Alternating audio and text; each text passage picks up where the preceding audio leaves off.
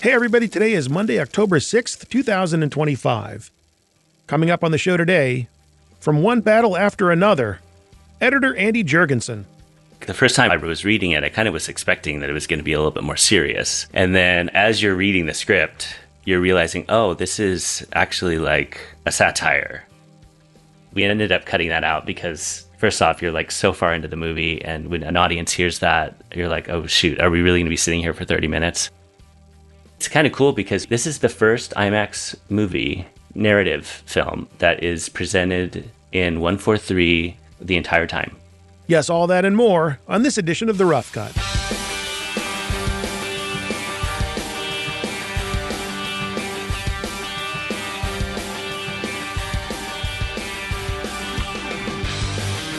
Testing. This thing on? No, I'm afraid it is. Hi there.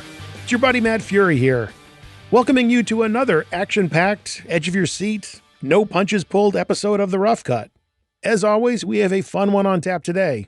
Editor Andy Jurgensen is here to talk about his latest project with director Paul Thomas Anderson, One Battle After Another. It is a hit with the critics and so far at the box office as well. It's got a lot of different elements to it, so it's not the easiest thing to sum up. But with the help of some creative internet larceny, I will do my best. One Battle After Another stars Leonardo DiCaprio as Bob, a washed-up revolutionary who lives in a state of stoned paranoia. Oh, I think I know him.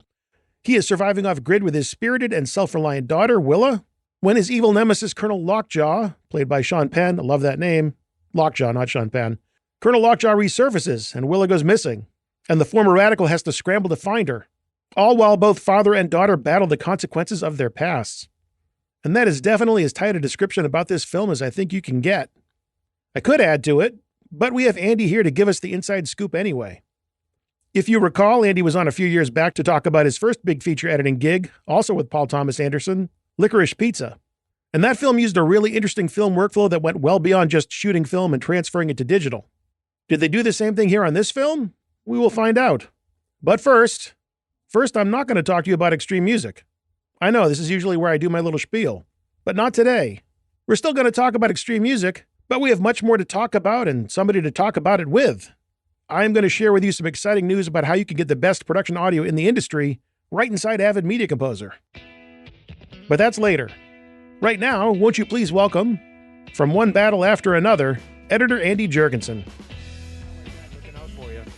Oh my gosh, I know. And we've known each other since like my first movie. I think we talked about this last time, but my first movie was Charlie Bartlett, which was, 2008 or something like that. Maybe even earlier. I don't remember. That's crazy.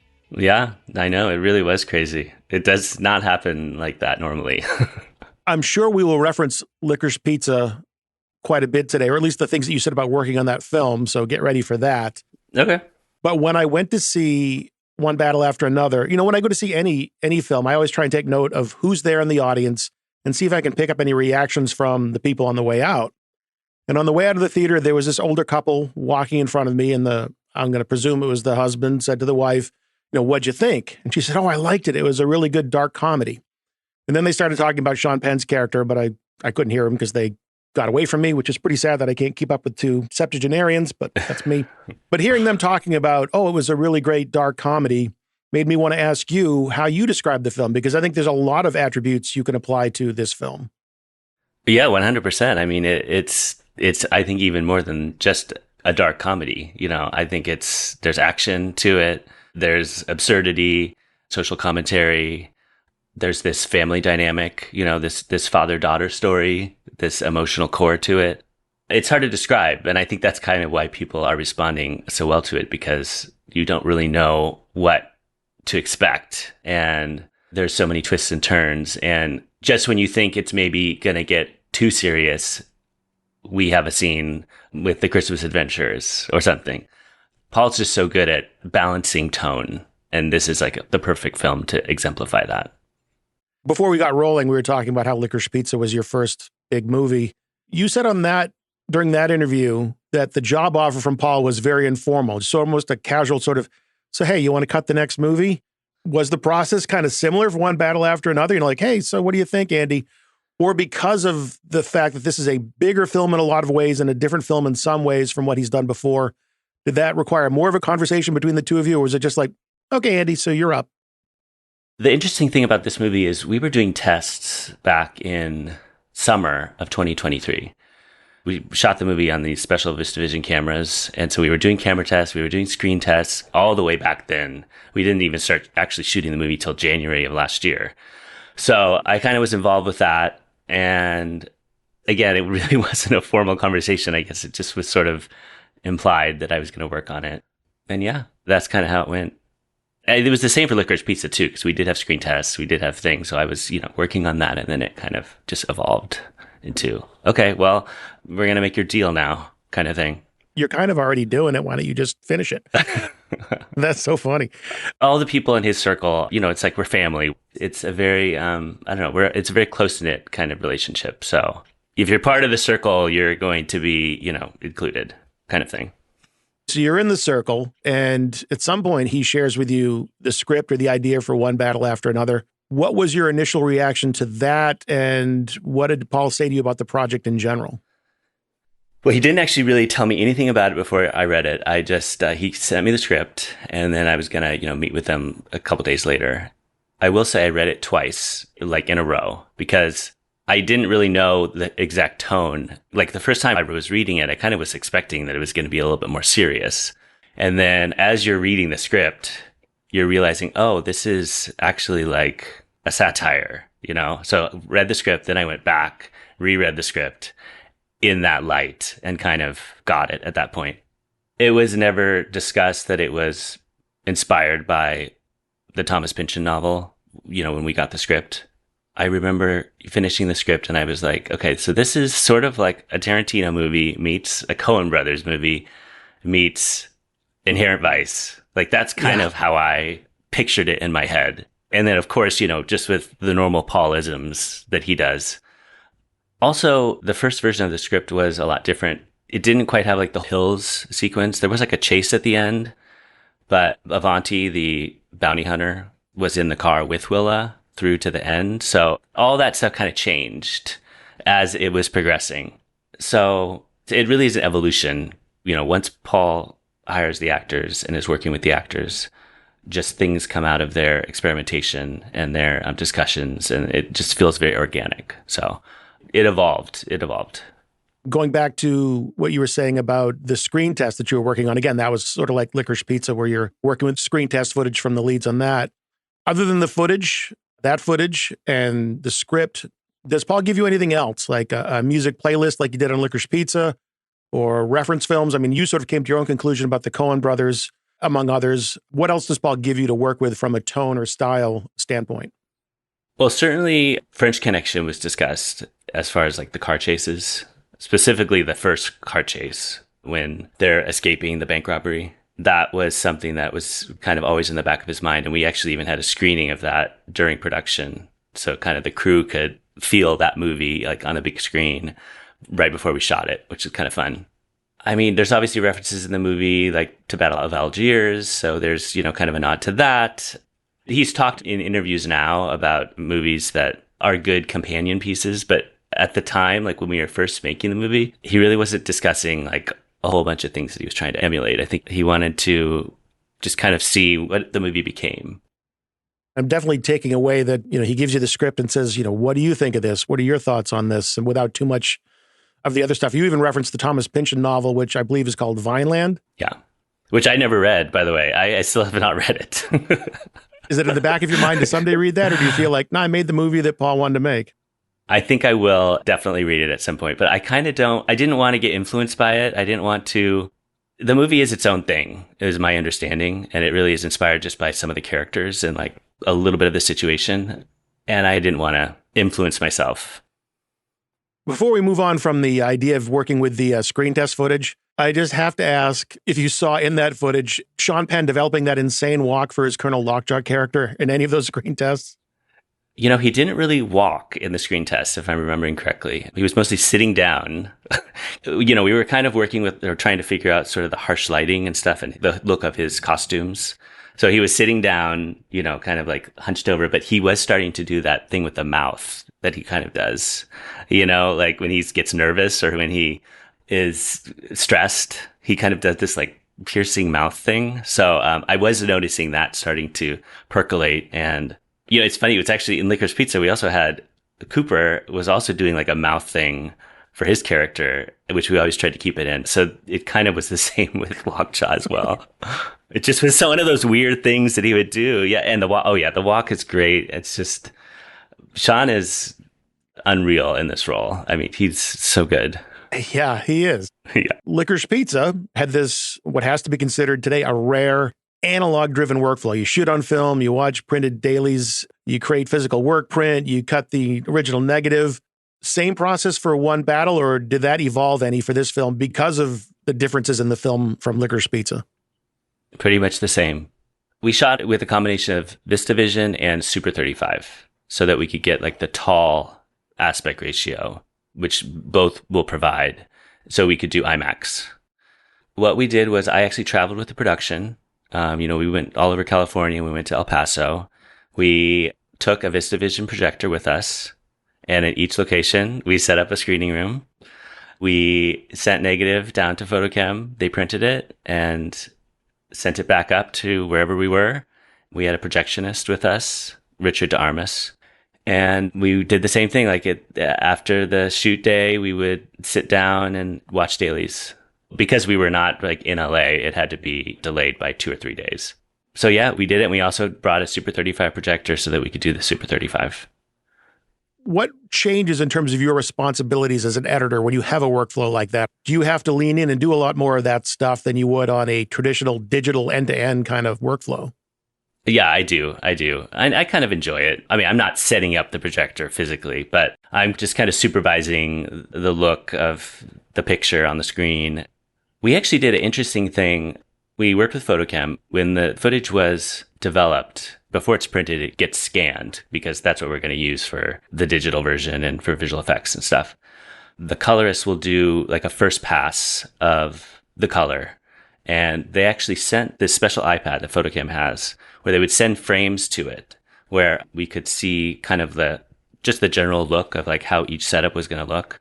So when we got the prints, it could be projected on the screen with everybody. It was sort of like a double system. So there's like a disc that's synced up with the film so we can play the production audio.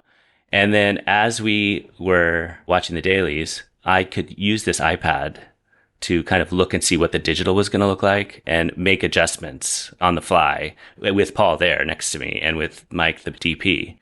So we could kind of approve right there how the digital version was going to look and kind of make sure that it looked like the print, because we know ultimately that we're going to finish on film.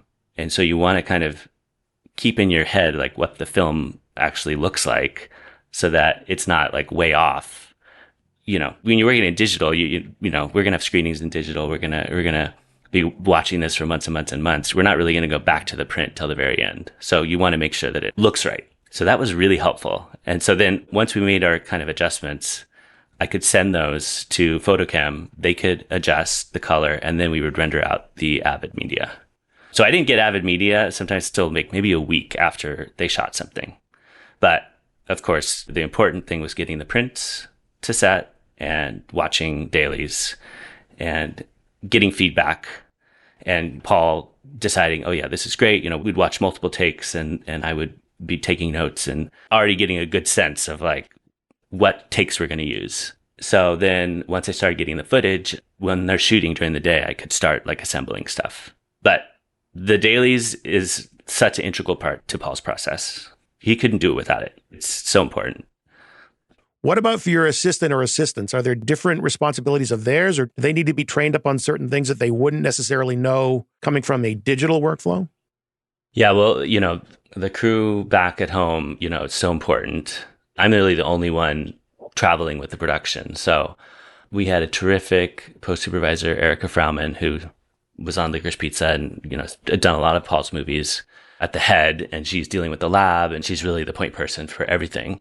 And then Jay Troutman was my associate editor. He worked with me on Licorice Pizza and he was back again and he really knows at this point, if we ever have any issues, he can deal with them.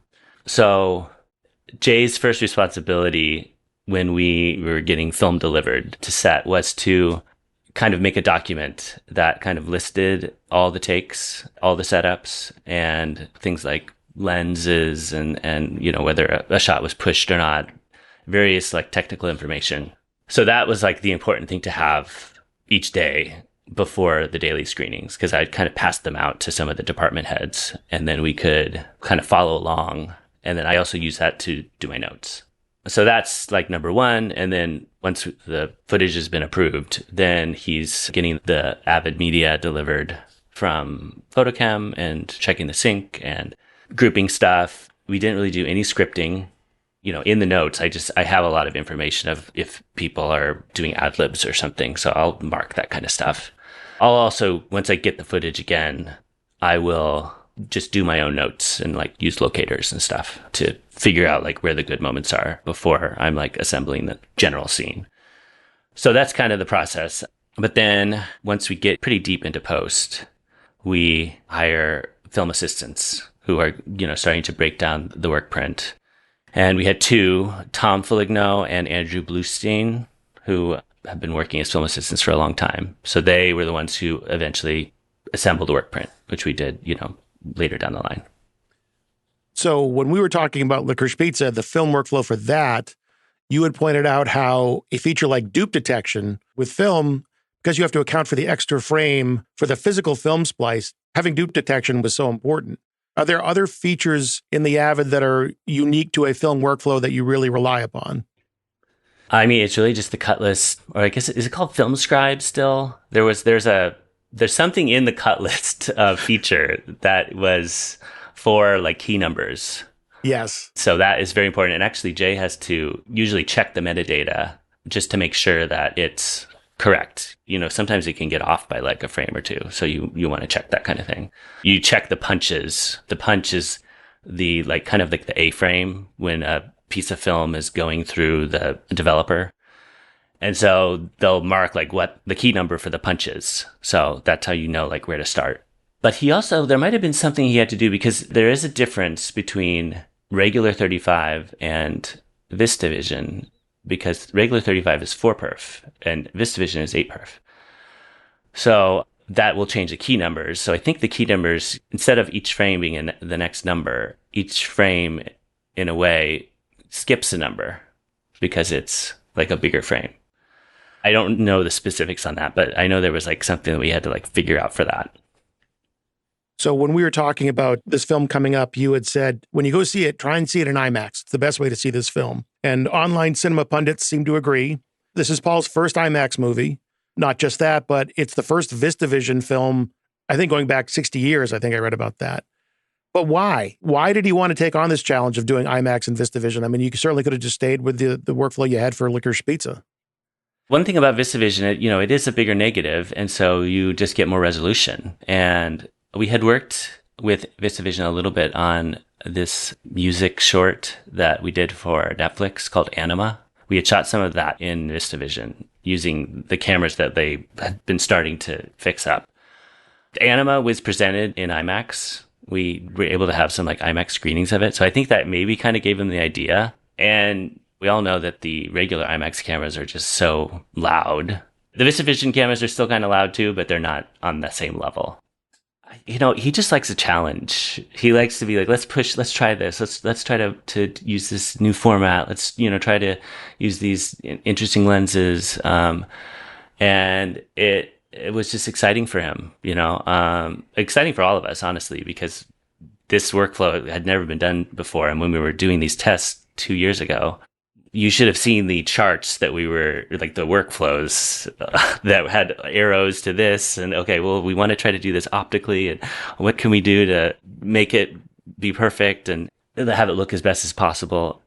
I don't know. It was just, I think, got really excited, as the script was evolving and knowing that there'd be kind of these big set pieces and there was going to be a chase at the end, that it would be really fun to present that in the IMAX format. And it's kind of cool because this is the first IMAX movie narrative film that is presented in 1:4:3 the entire time. IMAX confirmed that. Because all other movies, there's like little bits that are IMAX, not little bits. Sometimes there's, a lot of it that's IMAX. But then there's some sections where it'll be cropped and be, the 190 or have black bars in the top or the bottom. So this movie, because we were able to use the full frame of both Super 35 and the VistaVision, we could keep it in the 143 like the entire time. So whether it was because you've got new toys to play with in this IMAX VistaVision configuration, or it was because this film has more, or feels like it has more action than you might have had in Licorice Pizza, do you notice if that had an effect on his shooting ratio? Were you getting a lot more footage to work with just because you're trying new things, or there's a lot more action elements to be dealing with? We just had a lot more footage just because we shot for a lot longer. The amount of footage depended on the day. Sometimes we were shooting with a couple of VistaVision cameras and maybe some of the Super 35 as well, just so we had options for something that was a little bit more action heavy. But for just normal scenes, it was a typical amount. Wasn't like, any extra. He usually doesn't do double cameras when we're shooting like intimate scenes. He likes to just shoot one side and then we'll shoot the other side. So yeah, I mean, there definitely was a lot, but the movie is kind of epic. So so much happens, and we shot for a lot longer. So we did have more footage than usual. There were a few shots that really stood out to me because they were such wide shots. I think when Bob, Leonardo DiCaprio, goes to see Sergio, who's played by Benicio del Toro, he goes to see him in his dojo for help. It's just an indoor shot, but you do this really wide framing of the two of them, and you stay on that for a little bit. And then the second time that really jumped out is when Lockjaw goes to meet the bounty hunter in the desert to hand Willa over to him. Again, super wide shot that you stay on for a little bit. Seeing those, even though you didn't do that a lot, really made me feel like the earlier stuff with the French 75 revolutionaries at the beginning, everything was really tight and very frenetic. Mm-hmm. And I would just want to know if you have any feelings about that, using those big wide shots and how it impacted the rest of the film. I think it was as simple as Paul just really liked those shots. In the dojo, there's so much to look at with the posters and with the details, of the set. So for this movie, more than any other movie that I've worked on, even separate from Paul, we really did have to just be aware of, okay, when do we kind of let the audience breathe? Because there's so much energy throughout and so much movement. And, we're always talking about how to make something more dynamic, through either the cutting or the shot selection. And we really had to be aware of when do we kind of let the audience rest. So even though those are kind of intense scenes, having like just a wide shot where we're not like cutting around a million times or just kind of letting the audience just look at the whole picture, it just gives them like a second to breathe before it gets crazy again. Yeah, I said we would talk about tone because we always do, but maybe we should start by talking about rhythm, hearing you talk about that aspect of it. What was the challenge in finding the film's rhythm where you can balance the high-octane action thriller elements with the deeper emotional character work that you and Paul are known for? Again, there's a lot going on in the film, and it's a 2-hour, 40, 50-minute film, something like that, and pacing is everything. So what was the challenge therein of finding the rhythm for this film? Well, yeah, and it's finding the peaks and finding the valleys. Obviously, we always knew that there was going to be this prologue at the beginning. I don't want to say we struggled, but that was something that went through many versions because we were trying to keep the energy up, but you also want to make sure it's substantial enough to kind of set up the French 75, set up Perfidia, especially since Perfidia is only in that first section, except for the very end. So, it was really trying to find the balance of like giving that enough meat. But we knew that, right after that, we're transitioning to 16 years later. And that's when we're kind of changing the rhythm of things, and we are kind of going to ease into this next part of the story.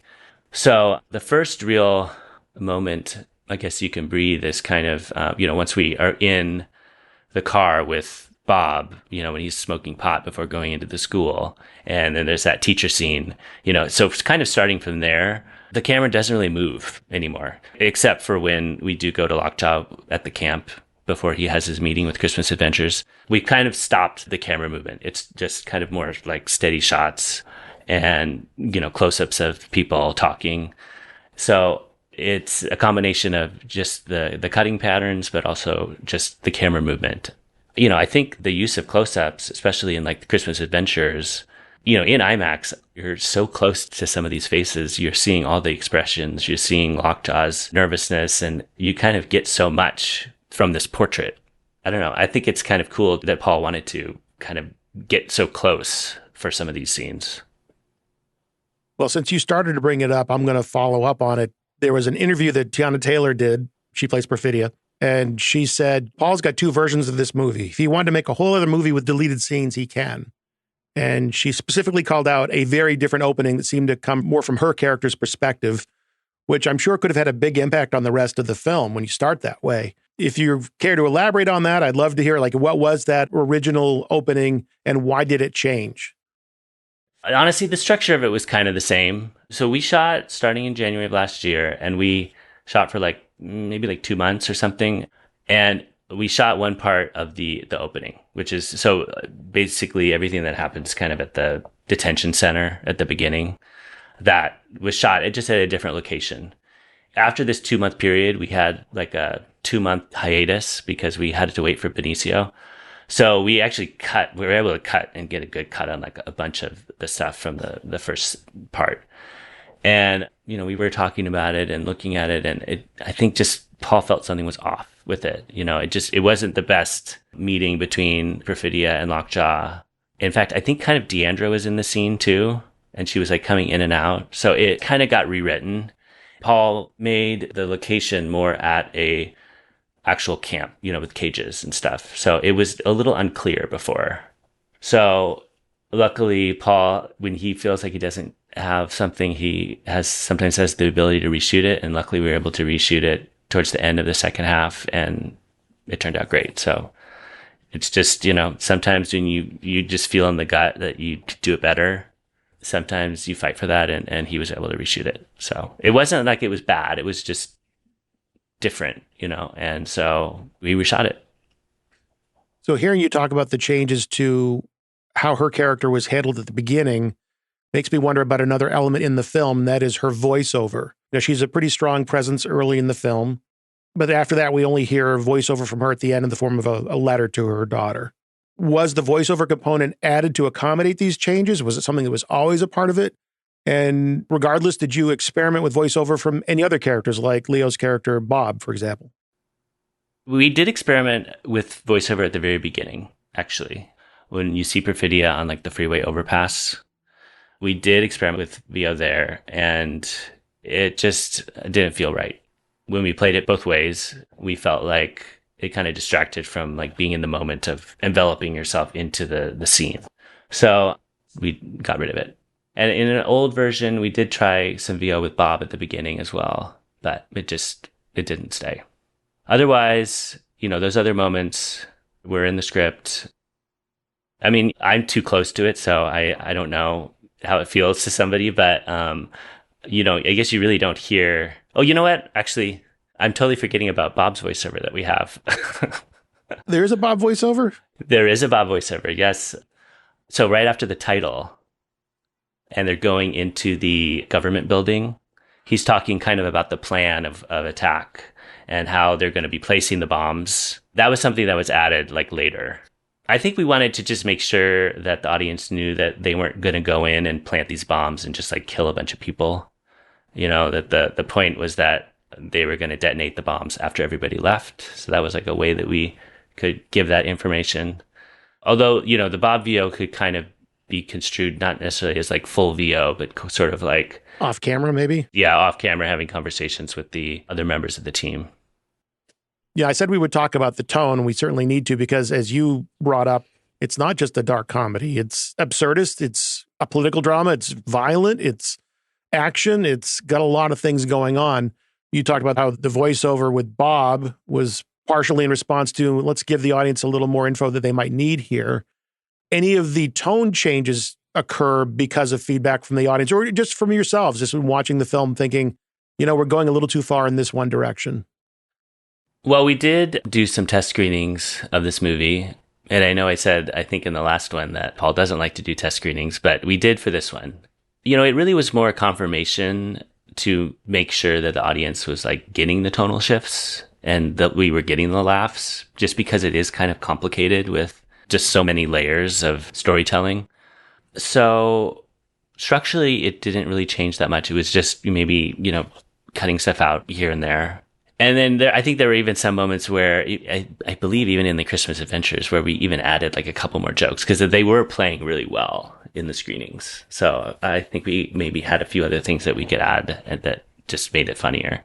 Also, this is a long movie, so it's good to have a screening with normal people that don't know the script or that aren't part of our like friends and family crew, just to kind of feel the room, feel where are people kind of moving around, kind of get a sense of the prologue, if that lands, and, how people feel about Perfidia, because she is a very complicated character, and at face value, not very likable. She left her daughter and killed a cop. So you're trying to find that balance. The screenings were helpful, I will say. But, we maybe only cut like 10 or 15 minutes out, and it was more just our normal process. But it was just screening the movie in different parts of the country just to see like kind of what the reaction was. Well, I have to say, of all the different kinds of movies you could have made in this film, I could watch Leonardo DiCaprio on the payphone with the revolutionaries for 2 hours straight. I loved watching that. He's hysterical when he wants to be. Oh, absolutely. And the guy on the other line is so great too. He actually was in Licorice Pizza. There's a scene where Alana's like doing an audition, and there's like a director in the room with Sean Penn's character, and he says like "Cutter-risky," and is asking her whether she can like ride a horse and stuff. That is that same actor who was on the other line, Comrade Josh. I don't think I'm giving away state secrets, but you're going to go see Paul in a couple hours to work on some DVD stuff. If you could just ask him about having like a string out of all of Leo on the phone and that conversation, I would love to watch that as part of the extras. But that's just my opinion. Okay, noted. Thank you. Talking about screenings and just getting people's reactions to it and how they view a character like Perfidia, this story, it's in a sense timeless and also very much of the times. And you can't ignore this fact that right now in the world, there's a sharp political divide going on, not just in America, but in a lot of countries. And that divide is manifesting at times in violence, which is shocking and scary. And you've been working on this movie for a while. This discord has been happening for a while, but has really sort of come to what feels like a fever pitch lately. During the process of making this film, were there discussions about, is this the right time to be releasing this film? Is this the perfect time to be releasing this film? Or even just any sort of reactions to what was going on in the world while you're making this? What's so interesting is that, we started shooting again last year, January, which is before the election.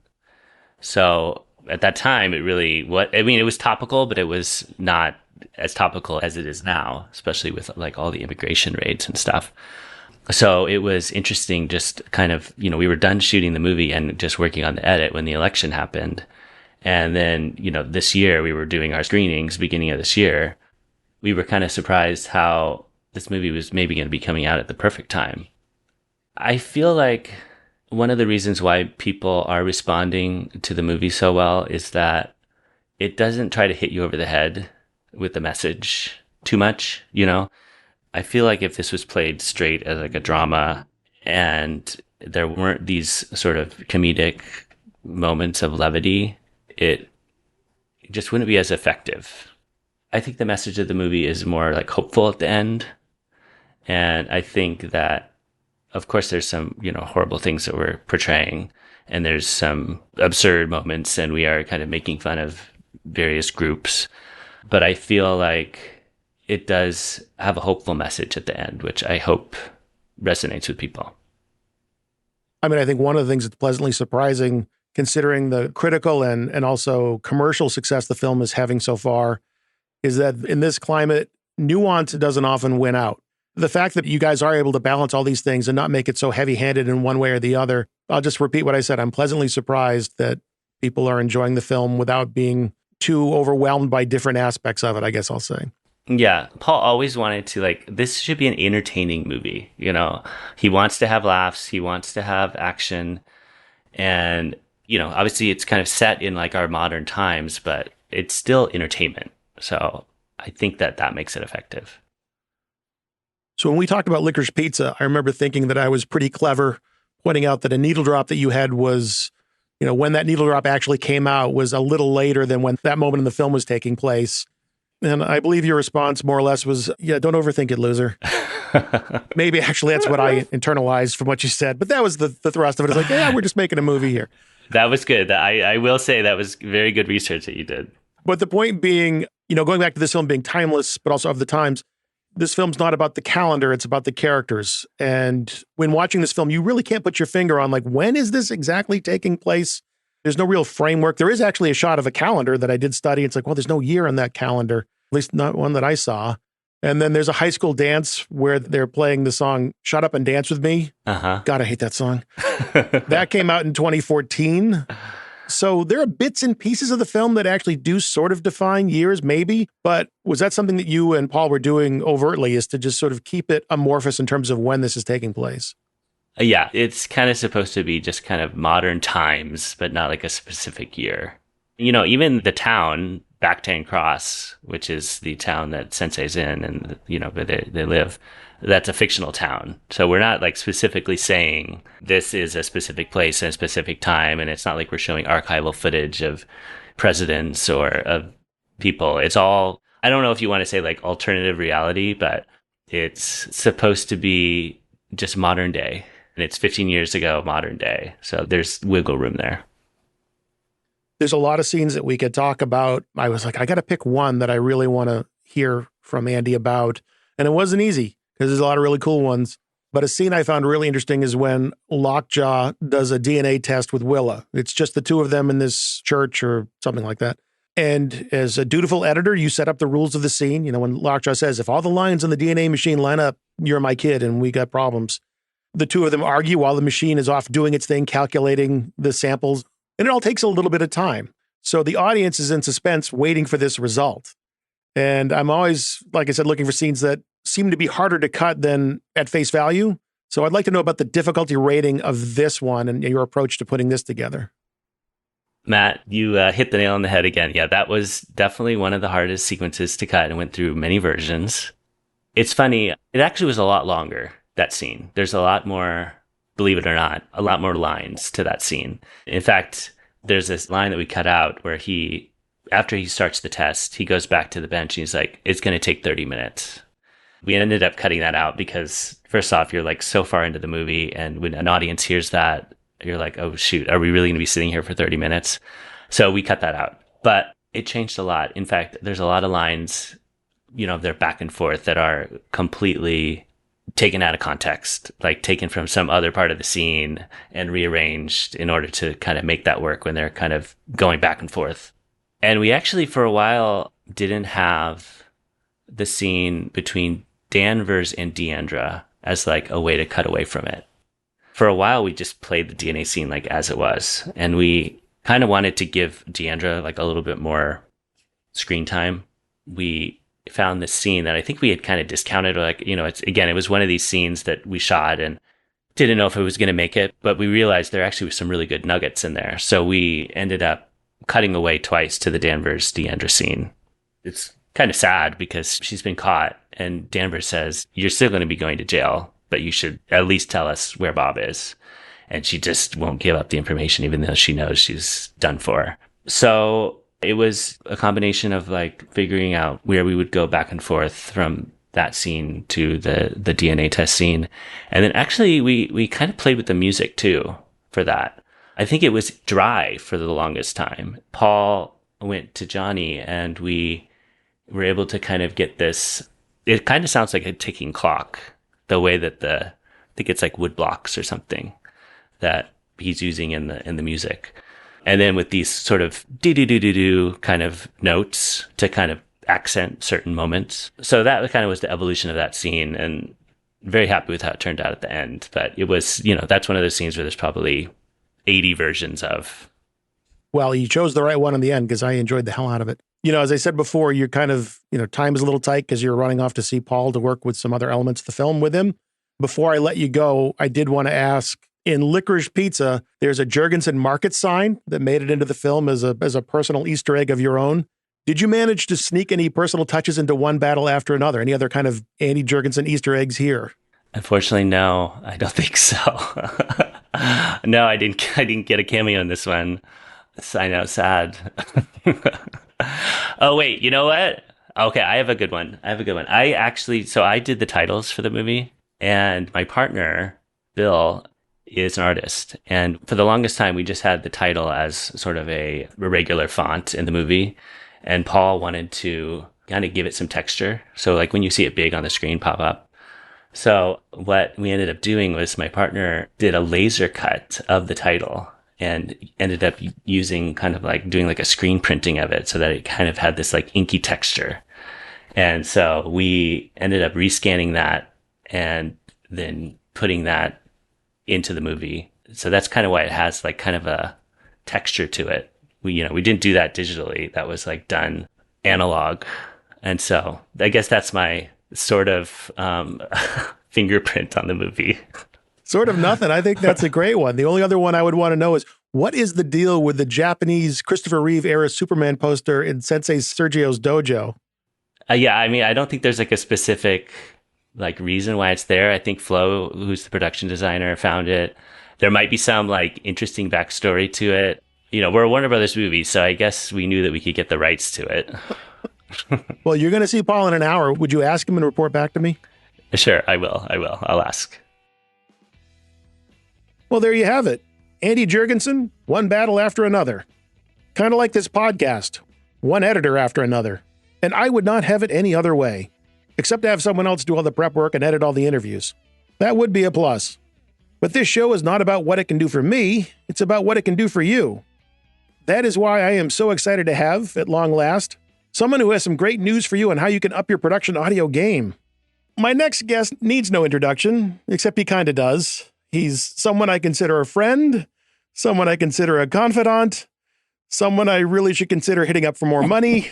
Please welcome to the Rough Cut, Extreme Music's own Russell Emanuel. Russell, welcome to the show. I thought you said I needed no introduction. And then I said you kind of did. That was quite the intro. That's what I'm here for. And what you're here for is to tell us about some really cool stuff with Extreme Music and with Avid. I'm going to bury the lead, as they say. We'll get to that. Okay. But I want to talk about you. I want to talk about the man behind the music. We've known each other for a few years now. And just so everyone knows, you kind of called me out of the blue and said, hey, I kind of like your show and I'd like to sponsor it. And I was a bit taken aback and said, well, why? And you said, you talk to the people that we want to talk to. You talk to the people that we work for, basically. And I thought, oh, that's kind of cool. And so it's been a nice run of talking about extreme music. I hope it continues for a while. We'll see how this goes, shall we? Yeah, well, that's fair enough. I have been to see you over at Extreme Music / Bleeding Fingers. We'll talk about that too. But what struck me, other than you, at Extreme Music was the musicianship. It really is a factory for making music and making great music. Yeah. So I'd like to know a little bit more about your background and what led you to ultimately being the figurehead you are at Extreme Music. Wow. I wish I knew, to be honest with you. As you say, shameless self-promotion.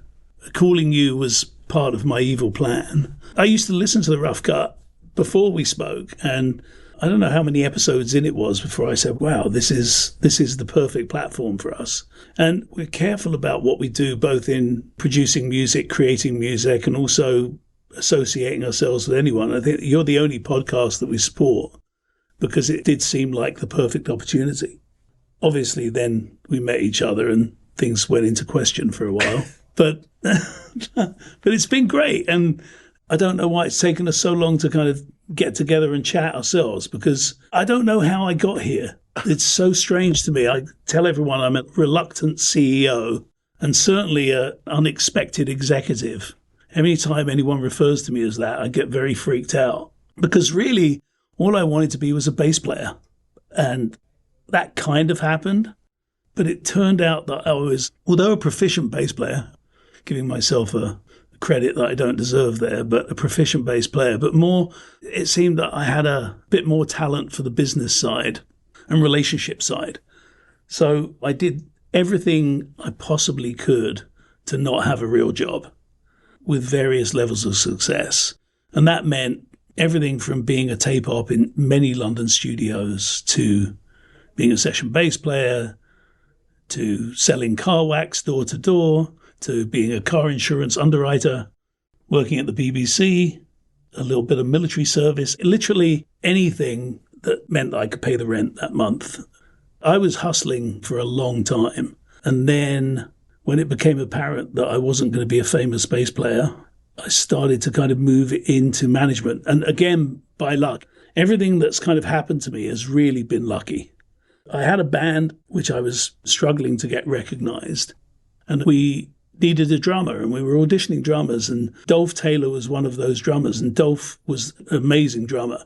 He was in Spear of Destiny and Stiff Little Fingers, and it was just kind of well known on the UK circuit. He auditioned for our band, and he later told me that he auditioned for the band because we had some really nice storage and he needed somewhere to put his drums. That sounds about right. So anyway, we became very close friends. We would do the occasional rehearsal just to kind of dust off his drum kit from the storage. And then all of a sudden, Stiff Little Fingers decided to go back on the road after a period of inactivity. And that was the start of everything, really. He asked me to be the tour manager. Not the bass player, you'll understand, but the tour manager. And I did it. And I had absolutely no idea what I was doing. And I wasn't prepared for the size of band that they really were. My first gig was some massive venue, I can't even remember where it was, to a riotous crowd of punk audience. And I was, to say dropped in at the deep end would be an understatement. Sorry, am I waffling on, Matt? Everybody on this show waffles. That's okay. Oh, great. Perfect. That's okay. Me. Well, you referred to yourself as an unexpected executive. Those are my favorite kind. I don't want to say you're an executive in name only, but if somebody could see you now like I can, they would see the bass guitars in the background, that you are still very much an active musician. Yes. Tell me about your role in contributing to music at Extreme Music / Bleeding Fingers. Still write for Extreme. I'd like to do more, but I just don't have the time. I have some co-writers that I'm very lucky to have nurtured as partners over the years. And whenever we can, we're in the studio, usually at nights and on the weekends. And then Bleeding Fingers is our custom scoring company, really gives me the opportunity to flex my kind of producer muscle, which I've always done. It's a real joy because there's so many different projects that we're doing and are involved in, and I shamelessly throw myself in there as a score producer. You know, if you asked me not as CEO of Extreme Music, I would say it's not enough and give me more work. But that's really because so much of my day is, God, I was going to say running the company, but again, I feel like I'm strapped to a rocket. You know, Extreme Music is now owned by Sony, and that's been the case for some years now. And so I'm still blown away every day by the success of the company and how it continues to grow, especially because we've always focused on quality over quantity. When you first called me up and we were talking about doing something together, you casually mentioned, oh, yeah, and Hans Zimmer is part of our team in a roundabout way. So explain the Hans Zimmer factor when it comes to Extreme Music and Bleeding Fingers. Well, again, super lucky. I don't know if I've ever told this story, but Extreme was in its infancy in London. It was getting a lot of attention because, production music is not the sexiest area of the industry. We started in 97. I think 3-4 years later, I think it was in 2000. I was in my office in Camden Town and someone from Hans's office was on the phone. And at the time, I really didn't know who he was, in all honesty. The only clue I had was Hans Zimmer had a sample CD, which they were at the time. Samples came on CD. And it's a Hans Zimmer guitars. So I thought he was a guitarist. So I thought, well, maybe he wants to do some music for Extreme. But what had happened was he and his team had kind of heard what we'd been up to, because we very quickly, Extreme's kind of very irreverent, and it was irreverent, approach to what we were doing. And it was seen as very disruptive, although disruptive wasn't a word at the time, had made some big impact. So editors in the UK had quickly adopted Extreme as kind of the library of choice. For some reason, he'd heard about that and invited me to LA. Thinking back now, it was quite a whirlwind. I remember getting on the plane, still not really knowing who he was. Arrived here, literally in the offices that I'm sitting in now, and was swiftly taken into his studio. And at the time, he was doing Black Hawk Down. And I remember walking into the studios and like, this is crazy. It was he had it themed with all this military equipment and rugs from the set. And I don't know, it looked like a movie set with a recording studio attached to it. And that was it. We sat down and I quickly realized this was a lot bigger than just a guitarist. And we became friends. And ever since, he's contributed music to Extreme. But I think on a bigger relationship, we're now partners in Bleeding Fingers Music. His partner, Steve Kovsky, and myself. The level of talent that you have as part of your catalog is really impressive. And to me, that's one of the biggest things, if not the biggest thing that sets Extreme Music apart from other production audio companies. But in your words, what sets Extreme Music apart from everybody else? Our talent is our superpower. There's no question about that. And that's become a kind of, a rolling stone in itself, because as A-list talent have seen that we've been respectful and treated our talent's music in the way it should be, the trust between us has become easier, because, production music was kind of a dirty word. And really, when Extreme started up, we had relationships, because Dolph and I had been on the road for so long and been kind of involved in the touring industry. We had friends at the time. I think the first A-list talent that we were able to bring into the company was Dave Stewart. And that was the start of it. And that was very early. That was in our first year. And I think really, as well as being able to attract talent like that, and we continue to do it, the most recent being Maxim from The Prodigy. But what they've seen is that we're just not kicking out music for the hell of it. I mean, people think that Extreme's this massive catalogue, and it really isn't. But I keep telling people it is. Exactly. That's the perception. But, we're the highest performing production music library in the world. That's not me just saying that. That is a fact. With a fraction of the catalogue of our competitors. I think that we produce something like 10% of our biggest competitor every year. And that gives us the opportunity to really sweat the detail. We really do hyper-focus on what we're putting into the catalogue. We say no much more often than we do yes.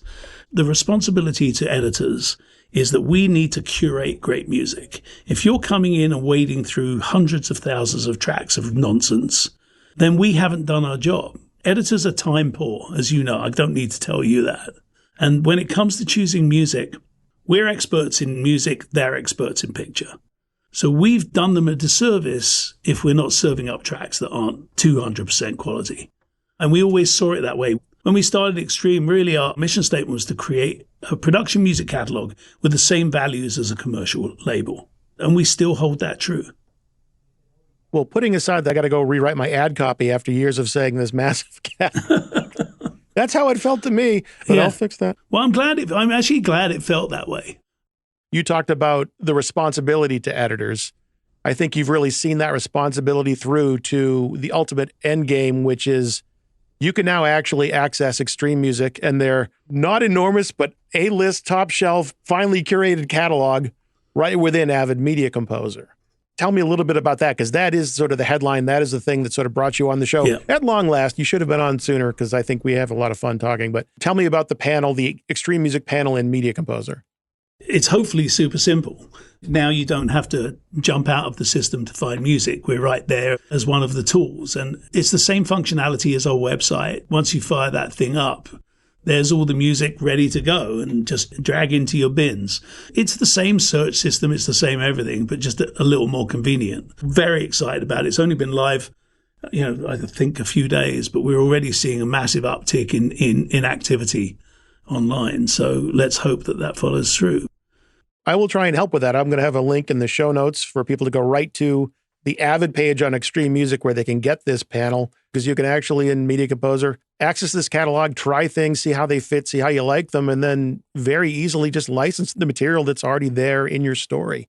So congratulations, and thank you for doing that. Well, I can't thank you enough, because I think our relationship has everything to do with that. You definitely opened the door for us. It's been great. It is a very cool thing. I'm excited to really dig into it myself. Yeah. Before I let you get back to being the unexpected executive, I do want to just bring up another point. Something else that to me was kind of new information and exciting was going back to you making music. You don't just sit around the studio with your charts and your bass guitar and just come up with stuff. You're actually out there in the real world doing some pretty cool stuff. I don't think you can share with us what you're about to do, Maybe you can, but tell us about some of the things you've done in the past, some of the kind of cool experiences you've had coming up with new sounds. Well, God, that's so. How long have you got? And I don't say that in a self-promoting way. It's just I love to hear myself talk.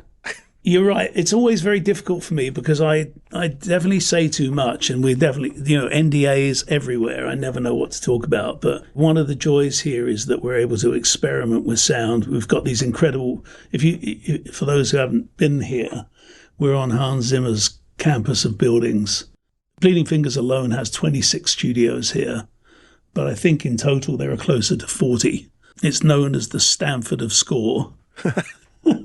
It's so many great score composers started here. Harry Gregson Williams, John Powell, Ramin Djawadi. I mean, there's a whole list. And it's just a very vibrant place. And we're able to afford ourselves the time to experiment. We've just built for Prehistoric Planet just this morning. We just built a terror bird.